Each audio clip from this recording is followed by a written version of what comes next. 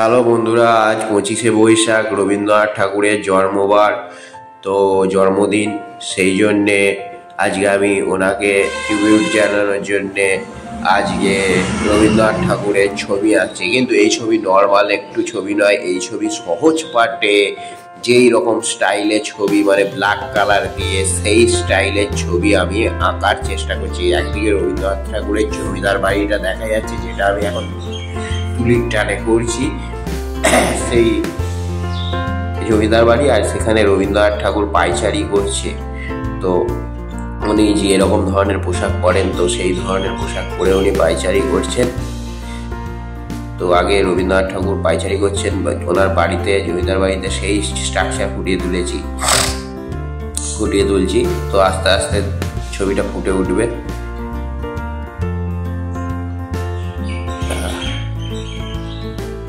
এদিকে একটু গাছপালা, জঙ্গল আর কি কালার দিয়ে করছি সুন্দরভাবে ফুটে। এবার বড় করে একটা রবীন্দ্রনাথ ঠাকুরের মুখ আমি তুলির টানে করার চেষ্টা করছি।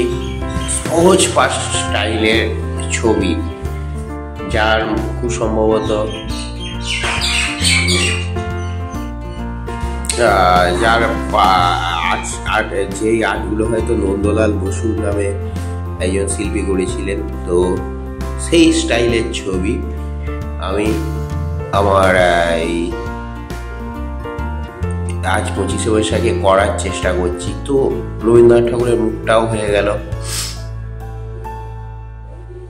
আর একদিকে প্রকৃতি প্রেমিক রবীন্দ্রনাথ ঠাকুরের সেই প্রকৃতির ছবি আমি ফুটিয়ে তুলছি। এই যে রবীন্দ্রনাথ ঠাকুরের মুখ, রবীন্দ্রনাথ ঠাকুর একদিকে ভ্রমণ করছে, পায়চারি করছেন জমিদার বাড়িতে, আর একদিকে প্রকৃতি, মানে একটা বাড়ি কুড়ে ঘর দিয়ে সেখানে একজন জল নিয়ে যাচ্ছে। তো একদিকে প্রকৃতির ছবি আমি ফুটিয়ে তুলছি।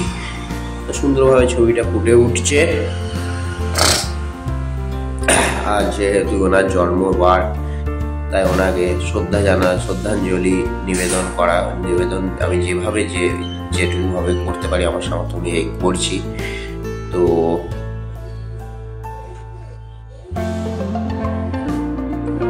এই যে একজন মাথায় জল নিয়ে যাচ্ছে,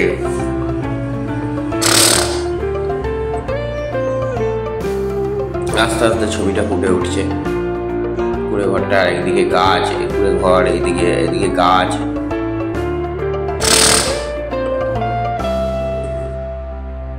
মোটামুটি কমপ্লিট ছবি। গাছের ডালপালাগুলো সাদা রং দিয়ে আমি করে দিচ্ছি।